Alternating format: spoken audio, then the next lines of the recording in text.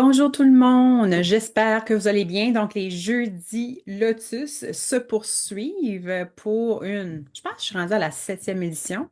Donc, ça va se continuer. Au lieu de faire des podcasts, j'ai décidé de vraiment euh, faire ça comme ça pour te donner de l'information, puis aussi te préparer peut-être à une future cohorte. Donc, si tu aimes ce que je transmets comme information, c'est sûr qu'il y a quelque chose qui se mijote. J'ai presque envie de créer comme un programme en ligne, mais qui aurait des lives, donc une plateforme comme School, par exemple. Il y en a d'autres que ça, mais vraiment, c'est quelque chose que je suis en train de travailler dans le background. Donc, je veux juste faire sûr que je suis connectée. Si jamais tu es là, si tu peux juste me dire coucou, me donner une petite fleur de lotus peut-être, de me dire salut, juste là je vois vos commentaires, donc j'imagine que mon son fonctionne bien aussi, super. Donc il faut toujours que je vérifie ça parce que je ne veux pas parler dans le vide non plus.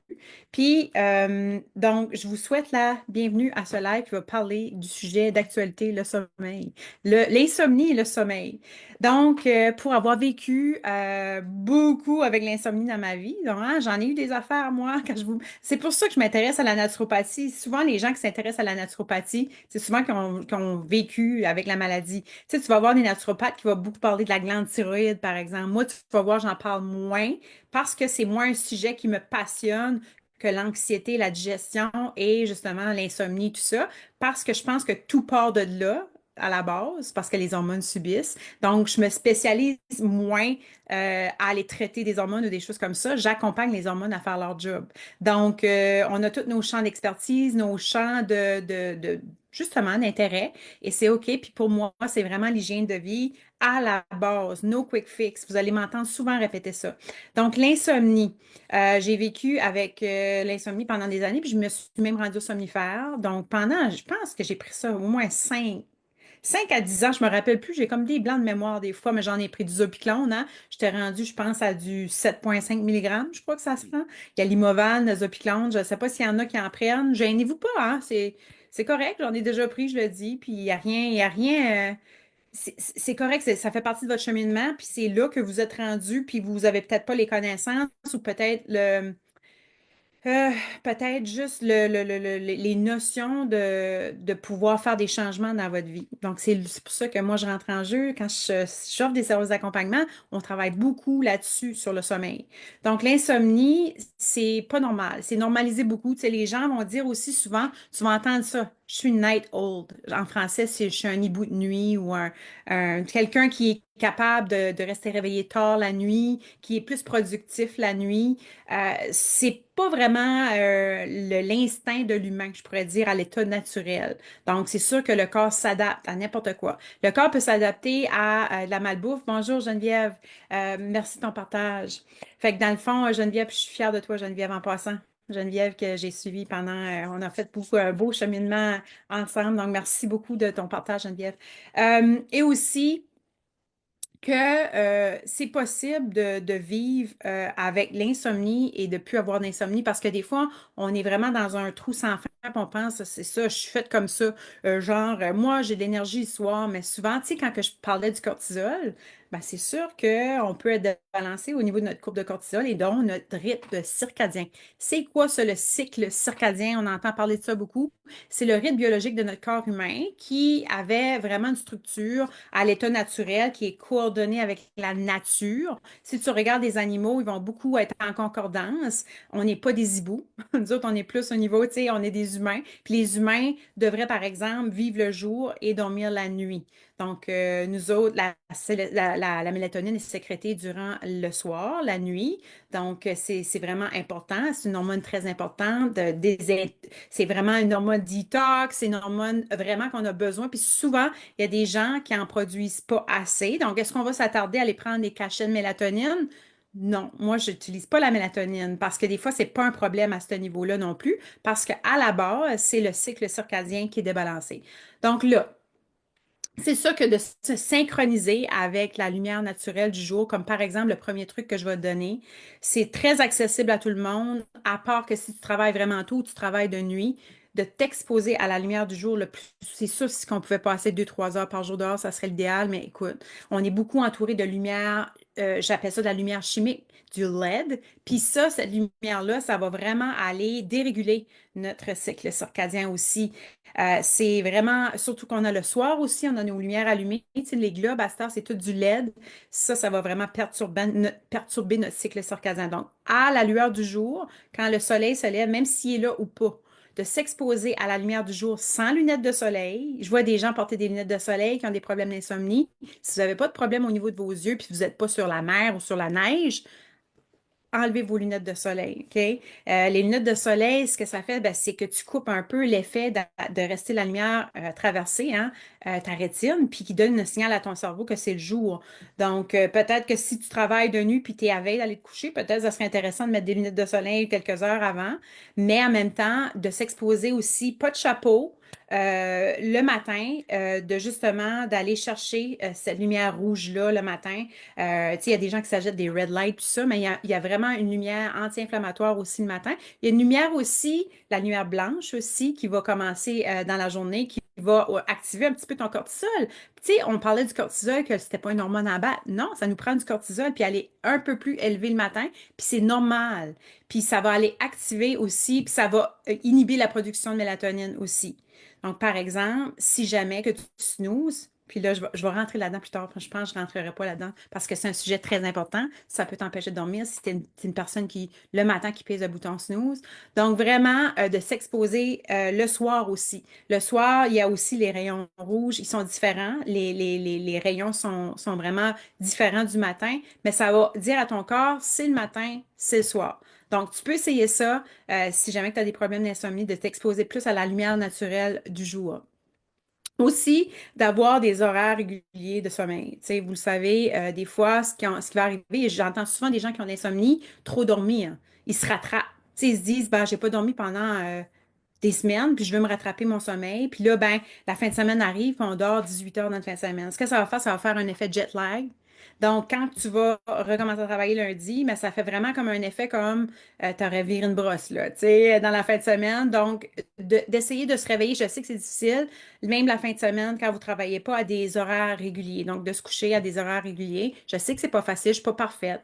Ça m'arrive de me coucher à 11 heures le soir, de me réveiller à 6 le matin. Moi, au moins d'avoir au moins 8 heures de sommeil, ça serait l'idéal, de 7 à 8 heures, je dirais. Mais l'important, c'est aussi la qualité de ce sommeil-là. Parce que tu peux dormir 4 heures dans une nuit, puis tu as un sommeil profond, hein, un deep sleep, on tombe dans le REM, puis tout ça. Il y a des phases de sommeil que je vais te démontrer avec des graphiques. Si on n'atteint pas ça, ben souvent, si on prend des somnifères, on va même pas aller dans notre deep sleep. C'est plus comme un effet d'inconscience. Donc, souvent, on va se réveiller quand on a pris des somnifères, on est fatigué, ça règle rien. Ça nous fait dormir, mais c'est pas vraiment un sommeil naturel. Donc, aussi, c'est sûr que l'anxiété et le stress, tu sais, c'est sûr que si tu vis des choses, tu as une réalité que tu vis, par exemple, tu n'aimes pas ton travail, que ça va pas bien, c'est normal de souffrir d'insomnie aussi.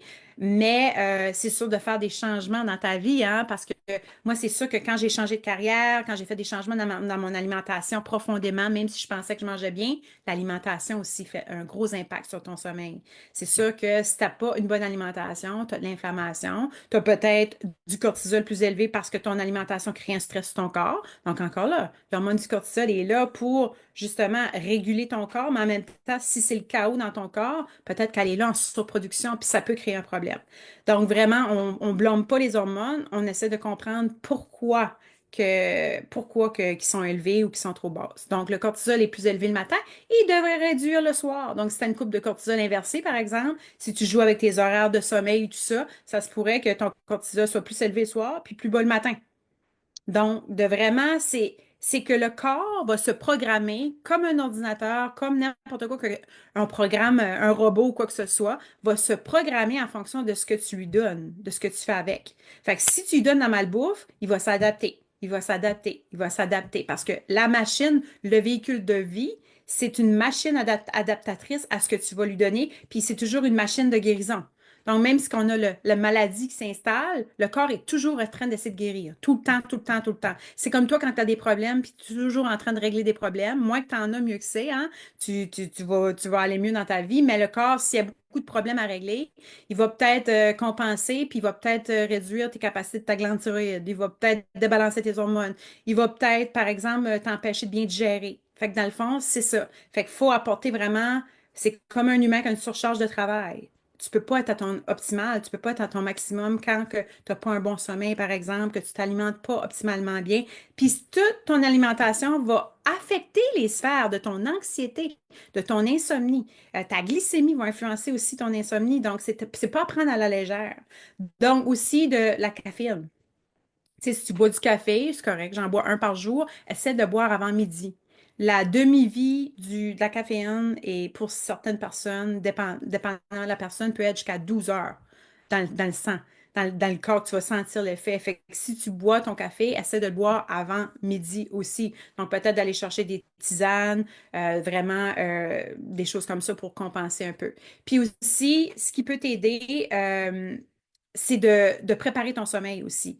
Par exemple, c'est sûr que tu pourrais faire de la méditation, des exercices de respiration que j'enseigne aussi, le yin yoga, mais tu pourrais aussi aller prendre, par exemple, un bon bain chaud avec du sel d'Epsom.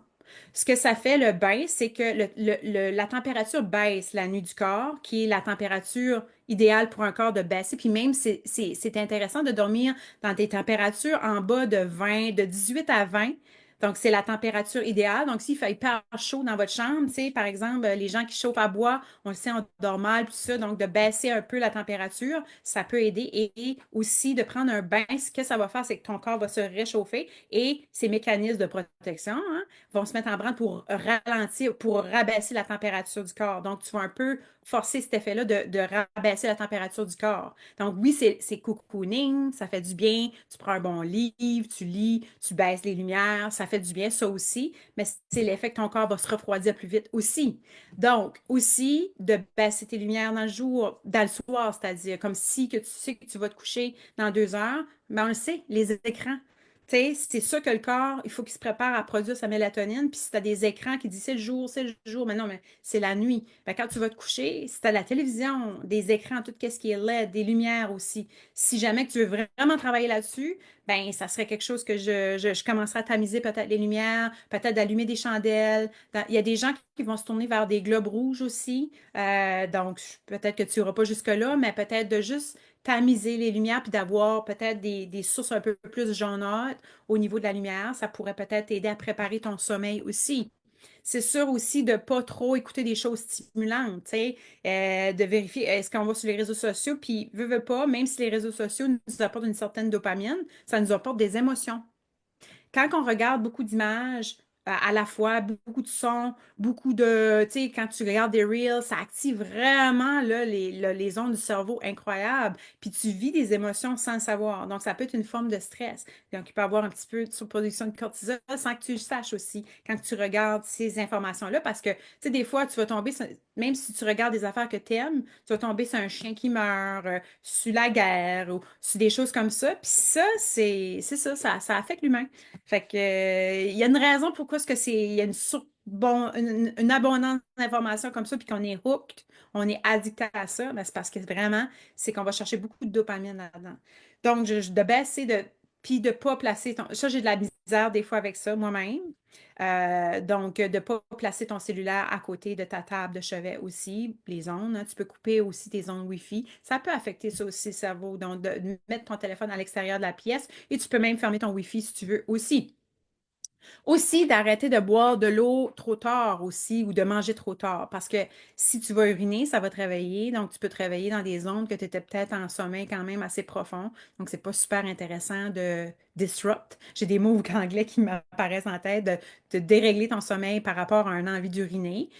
Donc, si tu vas souvent uriner la nuit, ça peut être un signe, mais c'est sûr, ça peut être peut-être au niveau de ta vessie, mais ça peut être un signe de haut cortisol aussi. Puis en même temps, quand je dis ça, ben c'est pas OK, comment faire pour aller baisser le cortisol, c'est d'aller voir dans ta vie pourquoi que ton cortisol ferait ça. OK? Puis aussi, ben c'est ça, les mythes de l'hibou de nuit, c'est pas vraiment vrai, c'est juste que tu t'es habitué comme ça. Puis les gens qui travaillent de nuit, je sais, je compatis avec vous, ça doit être terriblement difficile sur un corps, c'est sûr. Mais c'est sûr que, tu sais, je donne des trucs à des gens que je suis aussi, tu sais, comme par exemple de prendre la nuit comme si c'était ton jour, de manger à des heures régulières comme si c'était ton jour, et peut-être aussi de commencer à éliminer les écrans quand t'avais d'aller te coucher peut-être à 7 heures le matin et de peut-être arrêter de manger près. Tu sais, ton déjeuner serait comme ton soir, dans le fond. Fait que peut-être d'arrêter de manger plus tôt et de peut-être porter des lunettes de soleil ou des lumières, des lunettes un peu dans le jaunâtre aussi le matin. Quand que tu t'en vas te coucher, ça pourrait peut-être t'aider aussi. Et de dormir dans une pièce noire complètement. Ça aussi, ça va vraiment t'aider.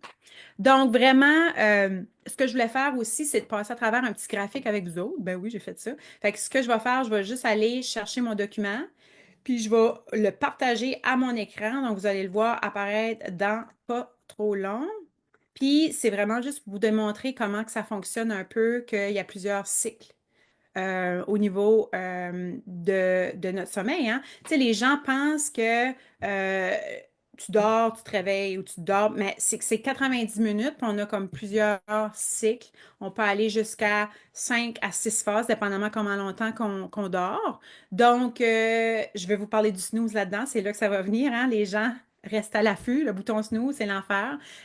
Donc, le sommeil léger, hein, c'est quand on entre au début de notre sommeil. Donc, on est vraiment en l'inconscience. On entend encore des choses, mais c'est pas un sommeil profond. Donc, il y a des gens qui vont juste rester dans le sommeil léger, puis tu sais, tu te réveilles, puis tu es facilement à l'affût de tout ce qui se passe.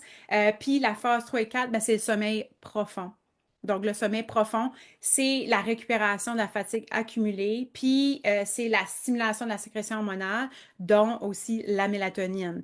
Donc, le repos total du corps, la diminution du rythme cardiaque aussi, la température va descendre aussi, puis l'arrêt de l'activité musculaire. Donc, cette phase-là, ça se coupe de tous tes stimuli.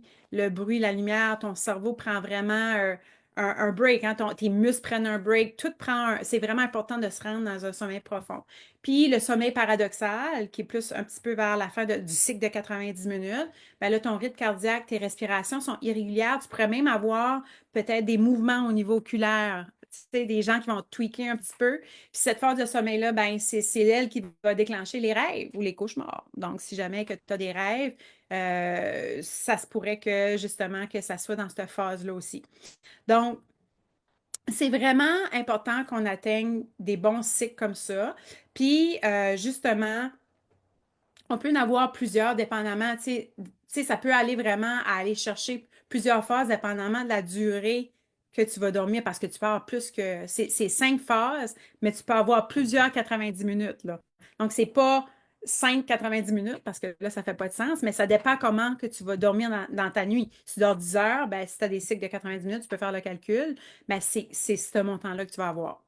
Donc, le petit train qui est là, je sais que c'est flou un peu, je ne comprends pas pourquoi c'est flou, mais c'est encore la même chose. Le sommeil léger, on entend, on comprend sans pouvoir agir vraiment. Puis le sommeil profond, on n'entend plus rien. Puis le sommeil paradoxal, on rêve. Fait que dans le fond, ça dure entre justement 90 minutes, ces cycles-là. Donc, c'est sûr que mon écran, des fois, vient plus slow. Donc, encore là, ça montre vraiment les cycles encore du sommeil léger, profond et paradoxal. Donc, où ce que je veux en venir avec ça, c'est au bouton snooze avec ça. C'est là.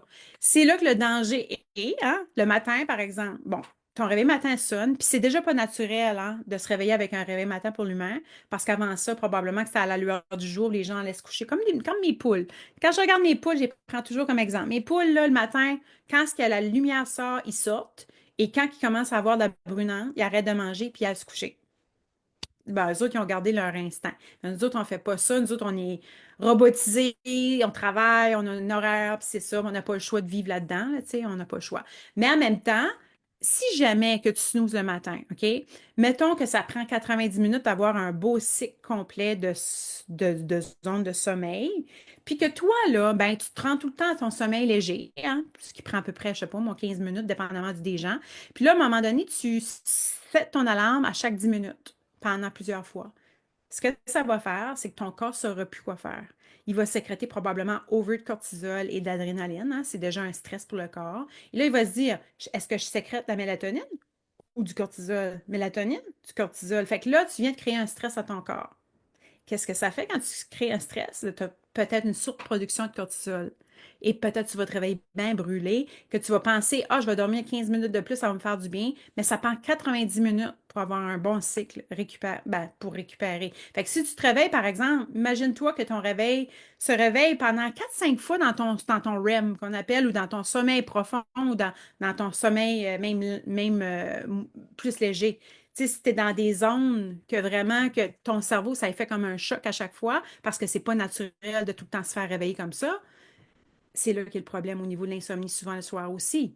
Donc, si tu as de l'anxiété, si tu es fatigué, tu es en burn-out, réveille-toi tout de suite quand ton alarme sonne.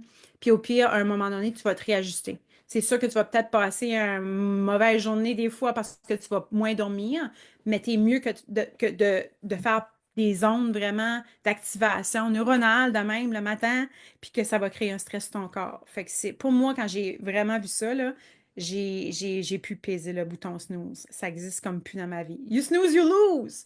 Ça vient de mon conjoint, OK? Mon conjoint qui riait de moi dans le temps, là, je faisais ça avant, là. Tu sais, je suis pas parfaite, puis j'étais pas parfaite. Fait que you snooze, you lose, ben, c'est un peu un dicton. Fait que les chercheurs, ils affirment que de toucher la zone snooze interrompt les cycles de repos. Puis de se lever pour entamer une journée devient plus compliqué. Donc, tu peux être plus fatigué de faire ça. Mais c'est un peu l'ego là, qui va aimer ça. Là. Ah, je suis confortable, il fait fret, là, je ne vais pas me lever.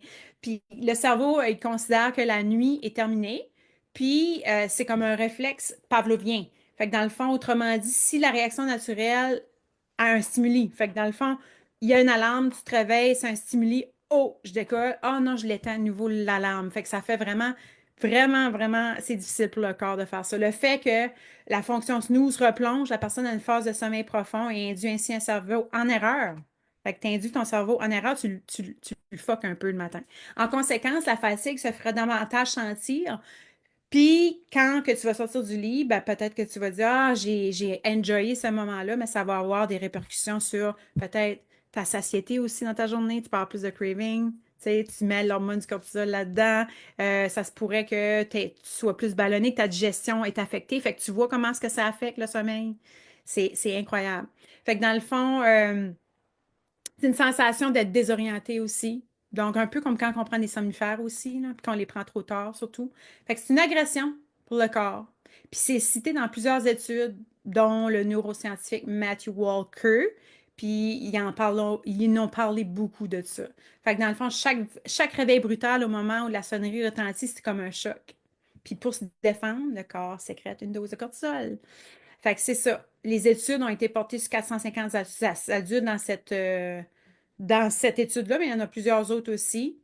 Fait que dans le fond, c'est un peu ça que je voulais te démontrer à propos des cycles du sommeil, que moi je trouve ça super intéressant, qui se retrouve dans les modules de formation. Quand que tu es en coaching avec moi en accompagnement, tu as accès à des modules comme ça. Comme là, j'en fais, je donne un peu qu'est-ce qui est dans mes modules, mais juste comme un glimpse, mais tu as accès à plus de 25 modules avec des séances de yoga à l'intérieur qui parlent des sujets comme ça. Puis je mets des graphiques à l'écran comme ça. Et probablement ma cohorte, je vais pousser un petit peu plus loin aussi. Je regarde peut-être fin septembre. Donc, je ne suis pas sûre encore la date et tout ça. Donc là, vous allez me dire, bon, ben là, OK, je sais tout ça. Donc, il faudrait que je fasse du yoga, peut-être la méditation, des respirations, des bains chauds, que j'ai un horaire régulier, de m'exposer à la lumière du jour, de bouger, l'entraînement, mais pas trop tard le soir. Fait que si tu t'entraînes, essaie de privilégier. Si tu as de l'insomnie, si tu n'as pas d'insomnie, tu sais, je connais plein de monde qui s'entraîne le soir, puis ils dorment comme une bûche, c'est correct. Mais si tu as de l'insomnie, peut-être de céduler tes entraînements un peu plus tôt dans la journée, ça pourrait t'aider. Puis ça peut t'induire un meilleur sommeil parce que c'est sûr que l'entraînement a plusieurs bienfaits au niveau de la santé, au niveau du stress, les hormones du bonheur qu'on appelle, et aussi au niveau de ton métabolisme, au niveau de l'inflammation, etc. La glycémie aussi, hein, l'entraînement aussi peut aider à ce niveau-là pour les fluctuations au niveau du sucre sanguin dans la journée que plusieurs personnes non diabétiques ont aussi, puis qui se demandent, ah, c'est comment ça que j'ai des crashs, puis j'ai des brain fog. Ça serait un autre sujet. Donc, les suppléments, c'est sûr que je sais qu'il y a des gens, puis tu vois, j'en parle en dernier. Parce que pour moi, si que tu prenais des somnifères, puis que là, tu t'en vas avec des plantes, c'est mieux, je te dirais, c'est moins toxique, c'est sûr, mais en même temps, tu dépends de quelque chose.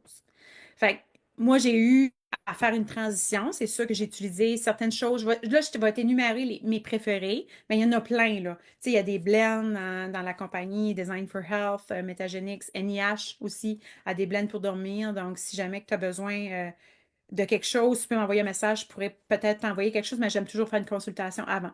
Donc, premièrement, le magnésium glycinate, hein, la glycine qui est calmante, c'est un relaxant musculaire aussi. Magnésium, on sait que c'est impliqué dans plusieurs facteurs métaboliques. Donc, peut-être que le glycinate de magnésium, pour certaines personnes, ça peut aider. Pas tout le monde, mais plusieurs personnes, je te dirais, 90% de ma clientèle, ça les aide à dormir, à du peut-être, je ne veux pas dire des dosages, là, ça va dépendre de 150, 300, puis il y a des gens qui se rendent jusqu'à 400, 500. Moi, je te dirais que mon sweet spot, c'est du 300 mg d'une forme thérapeutique, de grade thérapeutique. C'est quoi une forme de grade thérapeutique? Demandez à des naturopathes, c'est pas mal là que tu vas trouver des formes de grade thérapeutique. Ce qui se retrouve en pharmacie, moi, je ne touche pas à ça. Donc, la L-théanine, c'est un acide aminé qui se retrouve dans le thé vert, dans le matcha, tout ça. Puis, c'est vraiment calmant. Donc, si tu as des crises de panique, souvent, il y a des gens qui vont utiliser ça, les gens qui ont des crises de panique ou les gens qui ont de la difficulté à dormir. C'est magique pour certaines personnes, puis d'autres, non. C'est pour ça qu'il faut que tu essayes. Parce qu'il y a une personne, ça va fonctionner, l'autre personne, ça ne fonctionne pas. Ça va dépendre. Ça va dépendre, c'est quoi ce qui est le problème aussi, tu sais. Au niveau des neurotransmetteurs, c'est hyper compliqué. Fait que dans le fond, tu peux aller chercher, par exemple, des mix avec du GABA à l'intérieur. Tu l'essayes. Si ça fonctionne pas puis tu files weird, force-toi pas. Tu sais, il y a des gens, je leur donne du magnésium glycinate, puis c'est rare, là, mais Phil, par exemple, qui ont des cauchemars ou des rêves, puis ils se forcent, ben, parce que tout le monde dit que c'est bon, mais écoute ton corps quand tu prends des plantes ou des suppléments. Fleur de bac de nuit, c'est intéressant. Il y a la formule, les Rescue, les Batch Rescue Remedy. Tu peux acheter ça dans les superstores. Il y a les gélules que j'aimais beaucoup, que je te laisse fondre en dessous de ta langue. C'est des fleurs. Puis, tu as aussi le spray. Si tu te réveilles la nuit, par exemple, puis que tu veux te réendormir, la demi-vie, pas longue. C'est ça qui est le fun. Ça ne va pas te drowser. Comme d'autres, comme la mélatonine qui peut te drowser. Hein. Ça, je vais en parler après parce que je ne la nommerai pas. Je ne recommande pas de prendre de mélatonine. Donc, valériane, ça dépend pour certaines personnes. Passiflore, camomille. Il y a des tisanes aussi avec des infusions comme ça qui peuvent aider, mais c'est super. C'est sûr, si tu prenais des somnifères, hein, puis que tu t'envoies de la camomille, ça ne marchera pas, là. Tu sais, c'est sûr qu'il va falloir que tu travailles vraiment sur ton hygiène de vie, sur ton cycle circadien et tout ça, bien avant de prendre des suppléments, parce que c'est fort, ces médicaments-là aussi. Fait que c'est difficile. Mais ça se fait parce que je l'ai fait. Ça fait 10 ans que j'ai plus rien touché à de médicaments. Je dors comme une bûche, je te dirais. Je suis facile à réveiller parce que je suis quelqu'un qui est quand même à l'affût, mais je te dirais que j'ai pas de problème de sommeil. Mais c'est sûr que j'ai plus le stress, c'est moi qui choisis mon horaire aujourd'hui. Tu sais, j'ai changé des choses dans ma vie aussi qui me permet d'avoir quand même un meilleur équilibre au niveau de ma vie aussi, puis j'aime ce que je fais aussi. Donc, aussi, bon, la mélatonine, c'est ça. Pourquoi je ne recommande pas la mélatonine? Parce que souvent, c'est pas un problème au niveau de la mélatonine, parce que la mélatonine, c'est une hormone. Fait que dans le fond, je ne veux pas jouer avec ça. Surtout pas avec des enfants. Je vois beaucoup de gens, là, c'est comme, c'est vieux, hein, la mélatonine, mais c'est que des fois, c'est que tu joues vraiment avec quelque chose qui peut aller jouer chimiquement avec la mélatonine. J'aime moins ça. Parce que des fois, c'est pas ça le problème, parce que c'est justement le débalancement de tout ce que j'ai énuméré ça. Fait que là, tu t'en vas prendre quelque chose pour encore compenser le quick fix. Puis, des fois, il y a des gens que ça leur donne l'anxiété. Je l'ai vu souvent. Il y a des gens aussi qui vont pas avoir un bon sommeil, qui vont se réveiller tout drowsy le matin, qui vont se filer comme vraiment weird. Moi-même, j'ai déjà pris ça, puis on dirait que c'est comme si que, tu sais, t'as des mimes là-dessus que tu vois des fois, là, puis que tu vois des gens qui prennent une mélatonine, puis ils pognent presque un buzz, là. Fait que si tu prends de la mélatonine encore là, force-toi pas de prendre ça, puis prends pas des hautes doses. Si jamais tu décides d'en prendre, s'il y a du monde, ça fonctionne, là. Il y a du monde qui prennent peut-être, prend vraiment peut-être, commence par 1 mg, 2 mg. Rends-toi pas à des grosses doses de mélatonine. Tu sais, essaie de voir ton seuil de tolérance aussi. Puis je vais utiliser plus la mélatonine, par exemple, dans des cas de jet lag. Tu sais, tu s'en vas en Thaïlande, par exemple, pour recalibrer un peu, mais en même temps, même pas. Moi, je l'utiliserais pas. Ou les gens qui travaillent de nuit, ça pourrait être intéressant parce qu'ils pourraient avoir un problème au niveau de la mélatonine, mais vraiment, c'est du cas par cas. Donc, tout le monde qui jump juste mélatonine, problème d'insomnie, si ça marche, good, mais en même temps, dis-toi que tu joues quand même avec quelque chose qui va chercher au niveau hormonal aussi. Fait que moi, c'est pas quelque chose que je voudrais prendre sur le long terme, peut-être à court terme.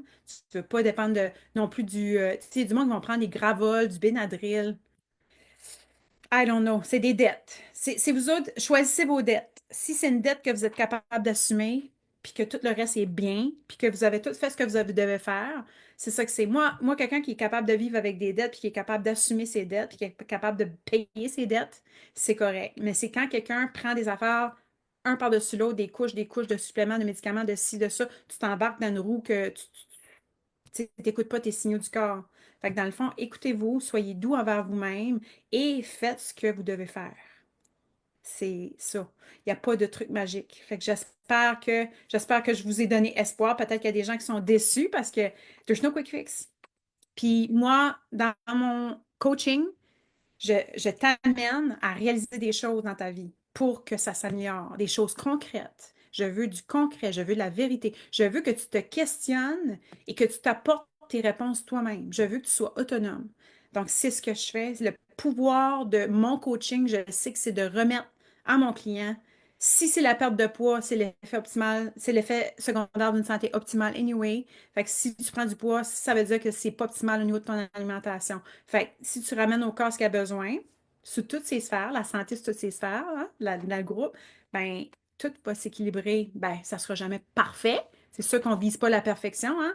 Il faut qu'on accueille les symptômes des fois. Il faut qu'on accueille des fois l'insomnie aussi. Tu sais, il y a des gens, moi, j'en étais une de ça, je paniquais. Là, je ne peux pas dormir. Puis là, là, tu te fais des scénarios. Là, si je ne dors pas, ben là, je vais être mal patiente demain. Puis là, ben, je travaille. Puis tu resterais surprise de voir que des fois, tu ne seras même pas fatigué. Le corps est capable de s'adapter à une coupe de nuit sans sommeil. Puis à un moment donné, c'est peut-être que tu vas récupérer ça à un moment donné, mais là, si que tu vises toujours le chimique, ça a sa place pour un laps de temps peut-être, dans certains cas, mais en même temps, demande-toi est-ce que je suis addictée à ces médicaments-là? Parce que oui, ça peut devenir une addiction. J'étais addictée à ces médicaments-là. C'est une drogue. C'est une drogue.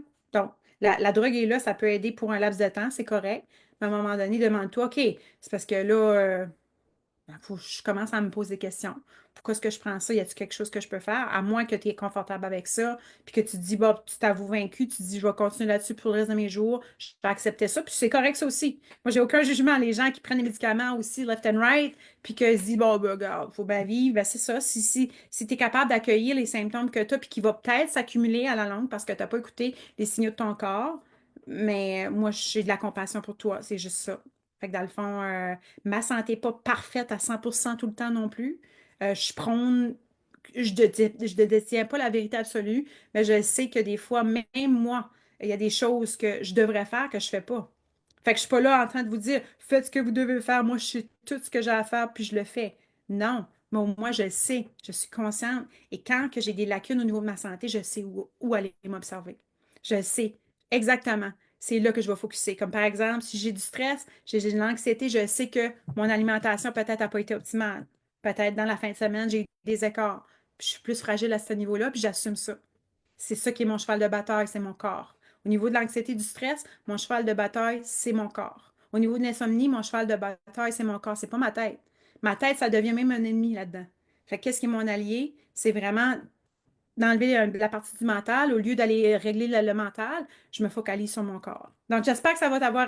C'est un gros sujet aujourd'hui. J'espère que tu as apprécié, puis je te souhaite un bon sommeil. Puis si tu as besoin d'aide là-dessus, viens me voir en consultation. C'est couvert par les assurances en plus.